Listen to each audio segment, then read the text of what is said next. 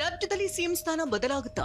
DCM DK ಮುಖ್ಯಮಂತ್ರಿ ಆಗ್ತಾರಾ ಅಥವಾ ಸಿದ್ದರಾಮಯ್ಯನವರೇ ಮುಂದುವರಿತಾರಾ? ಹೀಗೆ ಈ ಪಟ್ಟದ ಪಗಡಿಯಾಟ ದೆಹಲಿಗೆ ಶಿಫ್ಟ್ ಆಗಿದ್ದು ಸಂಚಲನವನ್ನೇ ಸೃಷ್ಟಿಸಿದೆ. ಇಡೀ ಸಿಎಂ ಹಾಗೂ ಡಿಸಿಎಂ ಪಟಾಲಂ ದೆಹಲಿಯಲ್ಲಿದ್ದು ಹೈಕಮಾಂಡ್ ನಾಯಕರು ಪ್ರತ್ಯೇಕ ಸಭೆಯನ್ನು ನಡೆಸಿದ್ದಾರೆ. ಸಿದ್ದು ರಾಹುಲ್ 40 ನಿಮಿಷ ಚರ್ಚೆ. ಸಿದ್ದರಾಮಯ್ಯ ಜೊತೆ ಲೋಕಸಭಾ ವಿಪಕ್ಷ ನಾಯಕ ರಾಹುಲ್ ಗಾಂಧಿ ಪ್ರತ್ಯೇಕ ಸಭೆ ನಡೆಸಿದ್ದಾರೆ. ದೆಹಲಿಯ ಇಂದಿರಾ ಭವನದಲ್ಲಿ ಪ್ರತ್ಯೇಕ ಕೊಠಡಿಯಲ್ಲಿ ಮೀಟಿಂಗ್ ನಡೆದಿದೆ.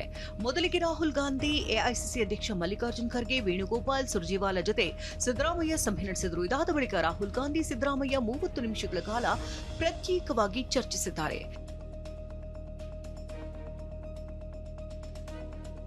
ಇನ್ನು ಸಭೆ ಮುಗಿದ ಬಳಿಕ ಸಿಎಂ ಸಿದ್ದರಾಮಯ್ಯ ತಮ್ಮ ಆಪ್ತ ಬಣವನ್ನ ಭೇಟಿ ಮಾಡಿದೆ ತಡ ಸಿದ್ದು ರಾಜೀನಾಮೆ ಸಾಧ್ಯತೆಯ ಸಂಗತಿ ಸ್ಫೋಟವಾಗಿದೆ. ಗುರುವಾರ ಅಂದ್ರೆ ನಾಳೆ ಸಿಎಂ ಸ್ಥಾನಕ್ಕೆ ರಾಜೀನಾಮೆ ನೀಡುವುದಕ್ಕೆ ಸಿದ್ದರಾಮಯ್ಯ ನಿರ್ಧರಿಸಿದ್ದಾರೆ ಎಂದು ಹೇಳಲಾಗುತ್ತಿದೆ. ಸಿದ್ದರಾಮಯ್ಯ ಡಿಕೆ ಶಿವಕುಮಾರ್ ನಡುವೆ ಅಧಿಕಾರ ಹಂಚಿಕೆ ಚರ್ಚೆಯಾಗಿದ್ದು ನಿಜಾನ? ಸಿಎಂ ಸ್ಥಾನ ಬಿಟ್ಟುಕೊಡಲು ಸಿದ್ದರಾಮಯ್ಯ ಒಪ್ಪಿದ್ರ ಅನ್ನೋ ಚರ್ಚೆ ಹುಟ್ಟು ಈಗ ಶುರುವಾಗಿದೆ.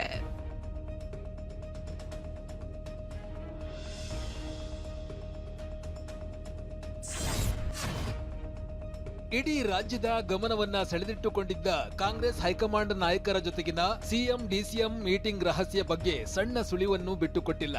ಸುದೀರ್ಘ ಸಭೆ ಬಳಿಕ ಸಿಎಂ ಡಿಸಿಎಂ ಜೊತೆಗೆ ಇಂದಿರಾ ಭವನದಿಂದ ಹೊರಬಂದ ಎಐಸಿಸಿ ಪ್ರಧಾನ ಕಾರ್ಯದರ್ಶಿ ಕೆಸಿ ವೇಣುಗೋಪಾಲ್, ಈ ಸಭೆಯಲ್ಲಿ ರಾಜ್ಯಸಭೆ, ವಿಧಾನ ಪರಿಷತ್ ಚುನಾವಣೆ ಬಗ್ಗೆ ಮಾತ್ರ ಚರ್ಚೆಯಾಗಿದೆ, ಉಳಿದಿದ್ದೆಲ್ಲ ನಿಮ್ಮ ಊಹಾಪೋಹ ಅಂತ ಹೇಳಿಬಿಟ್ಟಿದ್ದಾರೆ. Today entire discussion is only concentrated on coming Rajya Sabha elections and council elections of Karnataka. Whatever speculation you people are doing, that is only speculation, no reality at all. ಇನ್ನೊಂದೆಡೆ ಸಚಿವ ಸಂಪುಟ ಪುನಾರಚನೆ ಬಗ್ಗೆಯೂ ಚರ್ಚೆ ಆಗಿಲ್ಲ. ನಾಯಕತ್ವ ಬದಲಾವಣೆ ಚರ್ಚೆ ವಿಚಾರ ಊಹಾಪೋಹ ಅಂತ ಸಿಎಂ ಸಿದ್ದರಾಮಯ್ಯ ಹೇಳಿದ್ದಾರೆ. Speculation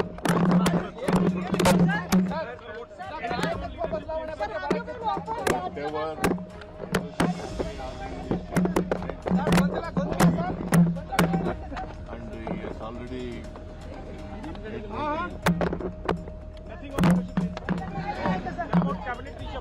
that has not been come up in the discussion. CM Siddaramaiah ಜೊತೆ ಸುದೀರ್ಘ ಸಭೆ ನಡೆಸಿದ ಕಾಂಗ್ರೆಸ್ ಹೈಕಮಾಂಡ್ ಏನೆಲ್ಲ ಚರ್ಚಿಸಿದೆ ಅನ್ನೋ ಎಕ್ಸ್ಕ್ಲೂಸಿವ್ ಇನ್ಸೈಡ್ ಮಾಹಿತಿ ಸಿಕ್ಕಿದೆ. ಸಿಎಂ ಸಿದ್ದರಾಮಯ್ಯ ಜೊತೆ ಪ್ರತ್ಯೇಕ ಸಭೆ ವೇಳೆ ಹೈಕಮಾಂಡ್ ನಾಯಕರು ಅನೇಕ ಆಫರ್ಗಳನ್ನ ಮುಂದಿಟ್ಟರು ಎನ್ನಲಾಗಿದೆ. ಸಿದ್ದರಾಮಯ್ಯ ಮುಂದೆ ಅಧಿಕಾರ ಹಂಚಿಕೆ ಪ್ರಸ್ತಾಪ ಇಟ್ಟ ರಾಹುಲ್ ಗಾಂಧಿ ಸಿದ್ದರಾಮಯ್ಯನವರಿಗೆ ರಾಜ್ಯಸಭೆ ಸ್ಥಾನ ನೀಡುವ ಬಗ್ಗೆ ಚರ್ಚಿಸಿದ್ದಾರೆ. ಸಿಎಂ ಪುತ್ರ ಯತೀಂದ್ರಗೆ ಡಿಸಿಎಂ ಪಟ್ಟ ನೀಡುವ ಬಗ್ಗೆಯೂ ಪ್ರಸ್ತಾಪಿಸಿದ್ದಾರೆ ಅಂತ ಮೂಲಗಳು ತಿಳಿಸಿವೆ. ಆದರೆ ಹೈಕಮಾಂಡ್ನ ಈ ಯಾವುದೇ ಪ್ರಸ್ತಾಪಕ್ಕೆ ಮುಖ್ಯಮಂತ್ರಿ ಸಿದ್ದರಾಮಯ್ಯ ಒಪ್ಪಿಗೆ ನೀಡಿಲ್ಲ ಅಂತ ತಿಳಿದುಬಂದಿದೆ. ಹೈಕಮಾಂಡ್ನ ಯಾವುದೇ ಆಫರ್ಗೂ ಒಪ್ಪದೆ ಸಿಎಂ ಸಿದ್ದರಾಮಯ್ಯ ಪಟ್ಟು ಹಿಡಿದಿದ್ದಾರೆ ಅಂತ ತಿಳಿದುಬಂದಿದೆ. ಅಧಿಕಾರ ಹಂಚಿಕೆ ಬಗ್ಗೆ ಪ್ರಸ್ತಾಪಿಸಿದ ಹೈಕಮಾಂಡ್ ಎದುರು ಸಿಎಂ ಸಿದ್ದರಾಮಯ್ಯ ಹಾಗೆ ಡಿಸಿಎಂ ಡಿಕೆ ಶಕ್ತಿ ಪ್ರದರ್ಶನ ಮಾಡಿದ್ದಾರೆ ಅಂತಾನೂ ಹೇಳಲಾಗಿದೆ. ನನಗೆ 95 ಶಾಸಕರ ಬೆಂಬಲ ಇದೆ ಅಂತ ಹೈಕಮಾಂಡ್ಗೆ ಸಿಎಂ ಸಿದ್ದರಾಮಯ್ಯ ಹೇಳಿದ್ರೆ, ಡಿಸಿಎಂ ಡಿಕೆ ಶಿವಕುಮಾರ್ ಕೂಡ ಶಾಸಕರ ಬೆಂಬಲದ ಬಗ್ಗೆ ಮಾತನಾಡಿದ್ದಾರೆ. ನನಗೆ 50 ಶಾಸಕರ ಬೆಂಬಲ ಇದೆ, ನನ್ನ ಹಿಂದೆ ಯುವಕರು ಇದ್ದಾರೆ ಅಂತ ಡಿಸಿಎಂ ಶಕ್ತಿ ಪ್ರದರ್ಶಿಸಿದ್ದಾರೆ ಎನ್ನಲಾಗಿದೆ. ಮತ್ತೊಂದ್ ಕಡೆ ನಾನು ರಾಜ್ಯಸಭೆಗೆ ಬರೋದಿಲ್ಲ, ಬೇಕಿದ್ರೆ ಸಿಎಂ ಸ್ಥಾನಕ್ಕೆ ರಾಜೀನಾಮೆ ನೀಡಿ ಮನೆಯಲ್ಲಿರ್ತೀನಿ ಅಂತ ಸಿದ್ದರಾಮಯ್ಯ ಕಡ್ಡಿ ಮುರಿದಂಗೆ ತಿಳಿಸಿದ್ದಾರೆ ಅಂತ ತಿಳಿದು ಬಂದಿದೆ. ದೆಹಲಿಯಿಂದ ಸಿಎಂ ನಿನ್ನೆ ರಾತ್ರಿ ಬೆಂಗಳೂರಿಗೆ ಬಂದಿಳಿದರು. ಎಚ್ಎಎಲ್ ಏರ್ಪೋರ್ಟ್ನಿಂದ ಸಿದ್ದರಾಮಯ್ಯ ಜೊತೆ ಸಚಿವ ಜಮೀರ್, ಕಾನೂನು ಸಲಹೆಗಾರ ಎಎಸ್ ಪೊನ್ನಣ್ಣ ತೆರಳಿದರೆ ಮತ್ತೊಂದು ಕಾರ್ನಲ್ಲಿ ಎಚ್ಸಿ ಮಹದೇವಪ್ಪ, ಕೃಷ್ಣ ಭೈರೇಗೌಡ ಬಂದಿದ್ದಾರೆ. ಮತ್ತೊಂದು ವಿಷಯ ಏನಂದ್ರೆ, ಇಂದು ಸಿಎಂ ಸಿದ್ದರಾಮಯ್ಯ ಸುದ್ದಿಗೋಷ್ಠಿ ನಡೆಸುವ ಸಾಧ್ಯತೆ ಇದ್ದು ರಾಜ್ಯ ರಾಜಕಾರಣದ ಹಲವು ವಿಷಯಗಳ ಬಗ್ಗೆ ಪ್ರಸ್ತಾಪ ಮಾಡೋ ಮಾಹಿತಿ ಇದೆ. ಅಷ್ಟೇ ಅಲ್ಲ, ಸುದ್ದಿಗೋಷ್ಠಿಯಲ್ಲಿ ರಾಜೀನಾಮೆ ನಿರ್ಧಾರ ಪ್ರಕಟ ಮಾಡ್ತಾರಾ ಅನ್ನೋ ಕುತೂಹಲವಿದೆ.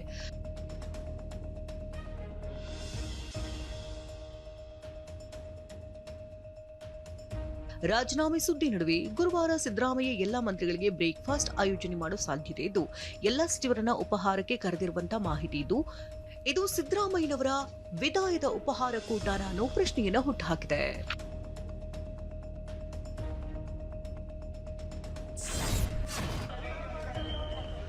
ಹೈಕಮಾಂಡ್ ಅಂಗಳದಲ್ಲಿ ಕುರ್ಚಿ ಸಂಚಲನದ ನಡುವೆ ಸಿಎಂ ಬದಲಾವಣೆ ಆದ್ರೆ ಪರಮೇಶ್ವರ್ ಸಿಎಂ ಆಗಬೇಕು, ನನ್ನ ಹೇಳಿಕೆಗೆ ನಾನು ಈಗಲೂ ಬದ್ಧ ಅಂತ ಕೆಎನ್ ರಾಜಣ್ಣ ಹೇಳಿದ್ದಾರೆ.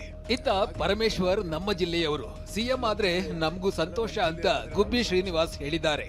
ಅಧಿಕಾರಿಯನ್ನು ಹಸ್ತಾಂತರ ಆದರೆ ಮುಖ್ಯಮಂತ್ರಿ ನಂತರದಲ್ಲಿ ದಲಿತ ಸಿಎಂ ಕೊಡಬೇಕು, ಪರಮೇಶ್ವರಿಗೆ ಕೊಡಬೇಕು ಅನ್ನೋ ಆ ಹೇಳಿಕೆ ಇವತ್ತು ಬರ್ತಾ ಇದ್ದೀನಿ. ನಾನು ಹೇಳ್ತಕ್ಕಂಥದ್ದು ನಮ್ಮ ಅಭಿಪ್ರಾಯ ಅಷ್ಟೇ. ಯಾರು ಆಗಲಿ ಬಿಡಿ, ಬೇಡ ಅಂತ ಹೇಳಿರೋದು ಯಾರು? ನಮ್ಮ ಜಿಲ್ಲೆ ಅಲ್ಲ, ನಮ್ಮ ಜಿಲ್ಲೆ ಆದರೆ ನಾವು ಸಂತೋಷ ಪಡ್ತೀವಲ್ವಾ? ನಮ್ಮ ಜಿಲ್ಲೆಯವರು ಒಬ್ಬರು ಆದರೆ ನಾವು ಸಂತೋಷ ಪಡ್ತೀವಿ. ಇತ್ತ ಪರಮೇಶ್ವರ್ ಸಿಎಂ ಆಗ್ಲಿ ಅಂತ ಸಿದ್ದರಾಮಯ್ಯ ಹೇಳಿದ್ದಾರಾ ಎಂದು ಮೂರನೇ ಆಯ್ಕೆಗೆ ಮಾಗಡಿ ಬಾಲಕೃಷ್ಣ ವಿರೋಧವನ್ನ ವ್ಯಕ್ತಪಡಿಸಿದ್ರು. ಸಿದ್ದರಾಮಯ್ಯ ಬಿಟ್ರೆ ಮುಂದಿನ ನಂಬರ್ ಇರೋದು ಡಿಕೆ ಅವರದ್ದು ಎಂದಿದ್ದಾರೆ. ಯಾರು ಹೇಳಿದ್ದಾರೆ ಅಂತ ಸಿದ್ದರಾಮಯ್ಯನವರು ಹೇಳಿಲ್ಲ, ನನಗೆ ಗೊತ್ತಿಲ್ಲ. ಸಿದ್ದರಾಮಯ್ಯನವ್ರ ಹೇಳೋರು ಅಂತ ನನಗಂತೂ ಗೊತ್ತಿಲ್ಲ. ಸಿದ್ದರಾಮಯ್ಯನವ್ರ ನಂತರ ಯಾರು ಅಂದ್ರೆ ಇವತ್ತು ರಾಜ್ಯದಲ್ಲಿ ವಾಡಿಕೆ ಏನಂತಂದ್ರೆ ಸಿದ್ದರಾಮಯ್ಯನವ್ರ ನಂತರ ಡಿ.ಕೆ. ಶಿವಕುಮಾರ್ ಅವರು ಅಂತಕ್ಕಂಥದ್ದು. ಕಾಂಗ್ರೆಸ್ ಮನೆಯ ಬೆಳವಣಿಗೆಯನ್ನ ಬಿಜೆಪಿ ನಾಯಕರು ಕಚ್ಚಾಟ ಅಂತ ಬಣ್ಣಿಸುತ್ತಿದ್ದಾರೆ. ಈ ನಡುವೆ ಭವಿಷ್ಯವನ್ನ ನುಡಿದಿರುವ ಶಾಸಕ ಜನಾರ್ದನ ರೆಡ್ಡಿ ಸಿದ್ದರಾಮಯ್ಯ ಸಿಎಂ ಸ್ಥಾನವನ್ನ ಬಿಟ್ಟುಕೊಡ್ತಾರೆ ಎಂದಿದ್ದಾರೆ. ಇತ್ತ ಡಿಕೆ ಶಿವಕುಮಾರ್ ಸಿಎಂ ಆಗಲ್ಲ. ಡಿಕೆ ಶಿವಕುಮಾರ್ಗೆ 100ಕ್ಕೆ 100 ಖಾಲಿ ತಟ್ಟೆಯೇ ಅಂತ ವಿಪಕ್ಷ ನಾಯಕ ಆರ್ ಅಶೋಕ್ ಕಾಲೆಳೆದಿದ್ದಾರೆ. ರಾಹುಲ್ ಗಾಂಧಿ ಸಿದ್ದರಾಮಯ್ಯ ನಡುವಿನ ಪ್ರತ್ಯೇಕ ಸಭೆಯ ಮತ್ತಷ್ಟು ಇನ್ಸೈಡ್ ಮಾಹಿತಿ ಸಂಚಲನ ಸೃಷ್ಟಿಸಿದೆ. ನಾಯಕತ್ವ ಬದಲಾವಣೆ ಬಗ್ಗೆ ಹೇಳಿ ಯಾರನ್ನು ಮುಖ್ಯಮಂತ್ರಿ ಮಾಡುತ್ತೀರಿ? ಮುಂದಿನ ಸಿಎಂ ಯಾರಂತ ಹೈಕಮಾಂಡ್ ನಿರ್ಧಾರ ಮಾಡುತ್ತೆ. ನಿಮ್ಮನ್ನು ವಿಶ್ವಾಸಕ್ಕೆ ಪಡೆದು ಹೊಸ ಸಿಎಂ ಬಗ್ಗೆ ನಿರ್ಧಾರ ಮಾಡುತ್ತೇವೆ. ನೀವು ರಾಜ್ಯಸಭೆಗೆ ಬರಬೇಕು. ನಿಮ್ಮ ಅವಶ್ಯಕತೆ ಇದೆ. ನನಗೆ ರಾಜ್ಯಸಭಾ ಸ್ಥಾನ ಬೇಡ. ರಾಷ್ಟ್ರೀಯ ರಾಜಕೀಯದಲ್ಲಿ ಅನುಭವವಿಲ್ಲ. ನನಗೆ ಇದು ತಿಳಿಯುವುದಿಲ್ಲ. ಹೀಗಂತ ಸಿಎಂ ಸಿದ್ದರಾಮಯ್ಯ ಖಡಾಖಂಡಿತವಾಗಿ ತಿಳಿಸಿದ್ದಾರೆ ಎನ್ನಲಾಗಿದೆ. ಸಿಎಂ ಡಿಸಿಎಂ ಜೊತೆ ಹೈಕಮಾಂಡ್ ನಾಯಕರ ಜೊತೆಗೆ ಒಂದು ಕಡೆ ಹೈ ವೋಲ್ಟೇಜ್ ಸಭೆ ನಡೆದಿದ್ರೆ, ಇತ್ತ ಇದಕ್ಕೂ ಮುನ್ನ ಪ್ರತಿಕ್ರಿಯಿಸಿರುವ ಶಾಸಕ ವಿಜಯಾನಂದ ಕಾಶಪ್ಪನವರ್ ನಾನು ಸಚಿವ ಸ್ಥಾನದ ಪ್ರಬಲ ಆಕಾಂಕ್ಷಿ ಎಂದಿದ್ದಾರೆ. ಸಿಹಿ ಸುದ್ದಿಯನ್ನ ಕೊಡುವ ವಿಶ್ವಾಸವಿದೆ ಎಂದಿದ್ದಾರೆ. ಏನು ಹಿಂದೆ ಸಿಹಿ ಸುದ್ದಿ ಸಿಗುತ್ತೆ ಎನ್ನುವ ಲಕ್ಷಣಗಳು ಕಾಣ್ತಿಲ್ಲ. ಹೀಗಂತ ಶಾಸಕ ಪ್ರಸಾದ್ ಅಬ್ಬಯ್ಯ ಹೇಳಿದ್ದಾರೆ. ಇತ್ತ ರಾಹುಲ್ ಗಾಂಧಿ ಏನು ಯೋಚನೆ ಮಾಡ್ತಿದ್ದಾರೆ ಅಂತ ಗೊತ್ತಿಲ್ಲ. ಹೈಕಮಾಂಡ್ ಯಾವುದೇ ನಿರ್ಧಾರ ಕೈಗೊಂಡ್ರು ಅದಕ್ಕೆ ಬದ್ಧ ಅಂತ ಸಚಿವ ಎಂಬಿ ಪಾಟೀಲ್ ಹೇಳಿದ್ದಾರೆ. ನಿಷ್ಕ್ರಿಯಗೊಂಡ ಆಡಳಿತ ಈಗ ದೆಹಲಿಗೆ ಶಿಫ್ಟ್ ಆಗಿದೆ. ಕಾಂಗ್ರೆಸ್ನವರ ಈ ನಡೆ ಧಾರಾವಾಹಿ ರೀತಿ ನಡೀತಾ ಇದೆ ಅಂತ ಎಂಎಲ್ಸಿ ಸಿಟಿ ರವಿ ವ್ಯಂಗ್ಯವಾಡಿದ್ದಾರೆ. ಅಧಿಕಾರ ಹಂಚಿಕೆ ಕಿತ್ತಾಟದಲ್ಲಿ ಸರ್ಕಾರ ಕೋಮಾದಲ್ಲಿದೆ ಅಂತ ವಿಪಕ್ಷ ನಾಯಕ ಆರ್ ಅಶೋಕ್ ಕಿಡಿಕಾರಿದ್ದಾರೆ. ಕಾವೇರಿ ನದಿಗೆ ಅಡ್ಡಲಾಗಿ ಜಲಾಶಯ ನಿರ್ಮಾಣ ಮಾಡುವ ಮೇಕೆದಾಟು ಯೋಜನೆ ವಿಚಾರವಾಗಿ ತಮಿಳುನಾಡು ಸಿಎಂ ವಿಜಯ್ ಖ್ಯಾತೆ ತೆಗೆದಿದ್ದಾರೆ. ವಿಜಯ್ ಸೋಮವಾರ ಸಭೆ ನಡೆಸಿ ಕಾನೂನು ಹೋರಾಟ ನಡೆಸುವಂತೆ ತಜ್ಞರಿಗೆ ಸೂಚನೆಯನ್ನ ನೀಡಿದ್ರು. ಇದೀಗ ಪ್ರಧಾನಿ ಮೋದಿಗೆ ಪತ್ರವನ್ನ ಬರೆದು ಮಧ್ಯಪ್ರವೇಶಿಸುವಂತೆ ಮನವಿಯನ್ನ ಮಾಡಿದ್ದಾರೆ. ತಮಿಳುನಾಡಿನ ಕೊಯಮತ್ತೂರಿನಲ್ಲಿ ನಡೆದ 10 ವರ್ಷದ ಬಾಲಕಿ ಮೇಲಿನ ಅತ್ಯಾಚಾರ ಮತ್ತು ಕೊಲೆ ಪ್ರಕರಣ ಸಂಚಲನವನ್ನ ಸೃಷ್ಟಿಸಿದೆ. ಮಾಧ್ಯಮ ಗೋಷ್ಠಿಗೂ ಮುನ್ನ ಹಿರಿಯ ಪೊಲೀಸ್ ಅಧಿಕಾರಿಗಳು ಗಂಭೀರತೆಯನ್ನ ಮರೆತು ನಗುತ್ತಾ ಆರಾಮಾಗಿ ಕುಳಿತಿರುವ ವಿಡಿಯೋ ವೈರಲ್ ಆಗಿದ್ದು ಭಾರೀ ಆಕ್ರೋಶಕ್ಕೆ ಕಾರಣವಾಗಿದೆ. ದೇಶದಾದ್ಯಂತ ತೀವ್ರ ಸಂಚಲನ ಮೂಡಿಸಿರುವ ಮಾಜಿ ನಟಿ ಮತ್ತು ಮಾಡೆಲ್ ಟುಷಾ ಶರ್ಮಾ ಸಾವು ಪ್ರಕರಣದ ತನಿಖೆ ತೀವ್ರಗೊಂಡಿದೆ. ಸದ್ಯ ಕಟಾರ ಹಿಲ್ಸ್ ಪೊಲೀಸ್ ಠಾಣೆಯಲ್ಲಿ ಟುಷಾ ಪತಿ ಸಮರ್ಥ್ ಸಿಂಗ್ ಸುಮಾರು 10 ಗಂಟೆಗಳ ಕಾಲ ಪೊಲೀಸರು ನಡೆಸಿದ ವಿಚಾರಣೆ ವೇಳೆ ಹಲವು ವಿಚಾರಗಳನ್ನು ಬಾಯ್ಬಿಟ್ಟಿದ್ದಾನೆ. ಏಪ್ರಿಲ್ 17ರಂದು ಟುಷಾ ತಾನು ಗರ್ಭಿಣಿ ಎಂದು ತಿಳಿದ ನಂತರ ಆಕೆಯ ನಡವಳಿಕೆ ಸಂಪೂರ್ಣವಾಗಿ ಬದಲಾಗಿತ್ತು ಎಂದಿರುವ ಸಮರ್ಥ್, ನಾನು ಸಂಧೆಯಾಗಲು ಬಯಸಿದ್ದಾಗಿ ಹೇಳಿದ್ದಾನೆ.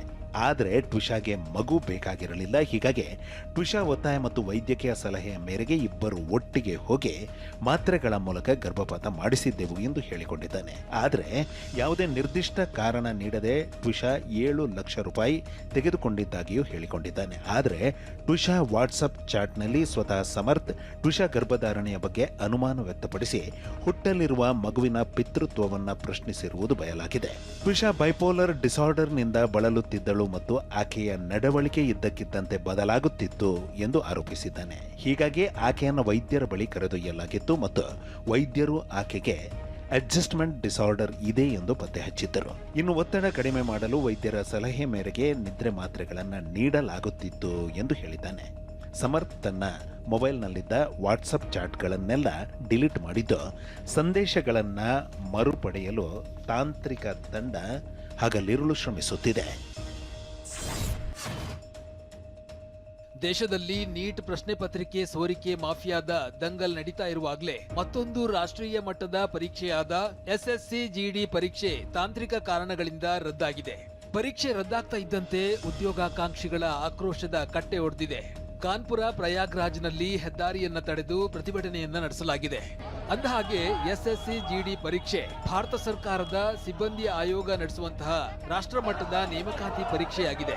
ಭಾರತೀಯ ಅರೆಸೈನಿಕ ಪಡೆಗಳಲ್ಲಿ ಜನರಲ್ ಡ್ಯೂಟಿ, ಕಾನ್ಸ್ಟೇಬಲ್ ಹುದ್ದೆಗಳಿಗೆ ಅಭ್ಯರ್ಥಿಗಳನ್ನ ನೇಮಿಸಿಕೊಳ್ಳಲು ಸಿಬ್ಬಂದಿ ಆಯ್ಕೆಗೆ ಈ ಪರೀಕ್ಷೆಯನ್ನ ನಡೆಸಲಾಗುತ್ತೆ. ಬೆಂಗಳೂರಿನಲ್ಲಿ ಧಾರಾಕಾರ ಮಳೆಗೆ ಮರಗಳು ಧರೆಗುರುಳಿದೆ. ಪೀಣ್ಯದ BFW ರಸ್ತೆಯಲ್ಲಿ ಮರ ಉರುಳಿ ಬಿದ್ದಿದೆ. ಇನ್ನು ಕೆಆರ್ಪುರಂನ ರಿಂಗ್ ರೋಡ್ ಸರ್ವಿಸ್ ರಸ್ತೆ, HBR layout, SBM junction, BDA complex, Sanjaynagar ಮುಖ್ಯ ರಸ್ತೆಯಲ್ಲಿ ಭಾರಿ ಮಳೆಯಿಂದ ಪರದಾಡುವಂತಾಯಿತು. ಕೆಂಪೇಗೌಡ ಏರ್ಪೋರ್ಟ್ ಸುತ್ತಮುತ್ತ ಮಳೆಯ ಆರ್ಭಟ ಜೋರಾಗಿದ್ದು ವಿಮಾನಗಳ ಟೇಕ್ ಆಫ್ ಮತ್ತು ಲ್ಯಾಂಡಿಂಗ್ನಲ್ಲಿ ವಿಳಂಬ ಆಯಿತು. ಮಳೆಯ ಆರ್ಭಟಕ್ಕೆ ಏರ್ಪೋರ್ಟ್ ಟರ್ಮಿನಲ್ ಒಂದರಲ್ಲಿ ಮೇಲ್ಛಾವಣಿಯೇ ಸೋರಿದೆ. ಸಿಬ್ಬಂದಿ ಮತ್ತು ಪ್ರಯಾಣಿಕರು ಪರದಾಡಿದರು.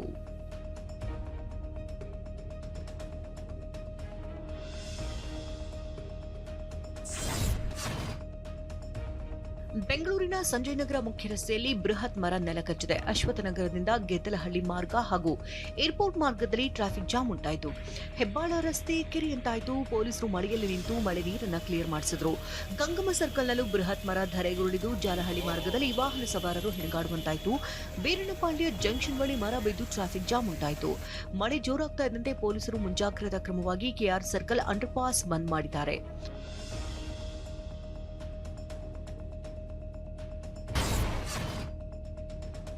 ಯುದ್ಧದ ಉದ್ವಿಗ್ನತೆಯಿಂದಾಗಿ ರಾಷ್ಟ್ರ ರಾಜಧಾನಿ ದೆಹಲಿಯಲ್ಲಿ ಸಿಎನ್ಜಿ ದರವನ್ನು ಮತ್ತೆ ಹೆಚ್ಚಿಸಲಾಗಿದೆ. ದೆಹಲಿಯಲ್ಲಿ ಕಳೆದ 12 ದಿನಗಳಲ್ಲಿ ಸಿಎನ್ಜಿ ದರ ₹6 ಹೆಚ್ಚಳವಾಗಿದೆ. ಕೆಜಿ ಸಿಎನ್ಜಿ ದರ 83.09 ಆಗಿದೆ.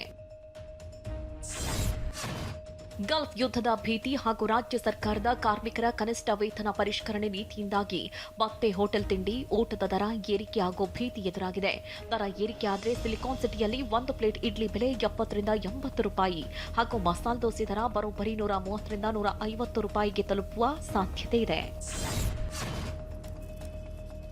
ಈ ತಿಂಗಳಲ್ಲಿ 4ನೇ ಬಾರಿಗೆ ಪೆಟ್ರೋಲ್ ಡೀಸೆಲ್ ಬೆಲೆ ಹೆಚ್ಚಳವಾಗಿದ್ದು, ಸಾರಿಗೆ ವೆಚ್ಚ ಏರಿಕೆಯಾಗಿ ಅಗತ್ಯ ವಸ್ತುಗಳು ಹಾಗೂ ಕಚ್ಚಾ ವಸ್ತುಗಳ ಬೆಲೆ ಹೆಚ್ಚಳದಿಂದಾಗಿ ಹಣದುಬ್ಬರ ಉಂಟಾಗುವ ಭೀತಿ ಎದುರಾಗಿದೆ. ಉದ್ಯಮಗಳ ಮೇಲಿನ ಹೊರೆ ತಪ್ಪಿಸಲು ಇಂಧನವನ್ನು 18% GST ವ್ಯಾಪ್ತಿಗೆ ತರಲು FKCCI ಒತ್ತಾಯಿಸಿದೆ. ಆದರೆ ಕೇಂದ್ರದಿಂದ ಸಿಗುವ ಅನುದಾನ ಕಡಿಮೆ ಇದ್ದು, ಆದಾಯ ನಷ್ಟದ ಭೀತಿಯಿಂದಾಗಿ ರಾಜ್ಯ ಸರ್ಕಾರ ಇದಕ್ಕೆ ಒಪ್ಪೋದು ಕಷ್ಟ ಸಾಧ್ಯ ಎನ್ನಲಾಗ್ತಾ ಇದೆ. ಕಾಂತಾರ ಚಾಮುಂಡಿ ದೈವದ ಪಾತ್ರಕ್ಕೆ ಅಪಮಾನ ಮಾಡಿದ್ದ ಬಾಲಿವುಡ್ ನಟ ರಣವೀರ್ ಸಿಂಗ್ ಮೈಸೂರಿನ ಚಾಮುಂಡೇಶ್ವರಿ ಬೆಟ್ಟಕ್ಕೆ ತೆರಳಿ ತಾಯಿ ಎದುರು ಕ್ಷಮೆಯಾಚಿಸಿದ್ದಾರೆ. ಕೋರ್ಟ್ ಸೂಚನೆ ಮೇರೆಗೆ ನಟ ತಾಯಿ ಎದುರು ಕುಳಿತು ತಲೆಬಾಗಿ ಕ್ಷಮೆ ಕೇಳಿರುವ ಫೋಟೋ ವೈರಲ್ ಆಗಿದೆ.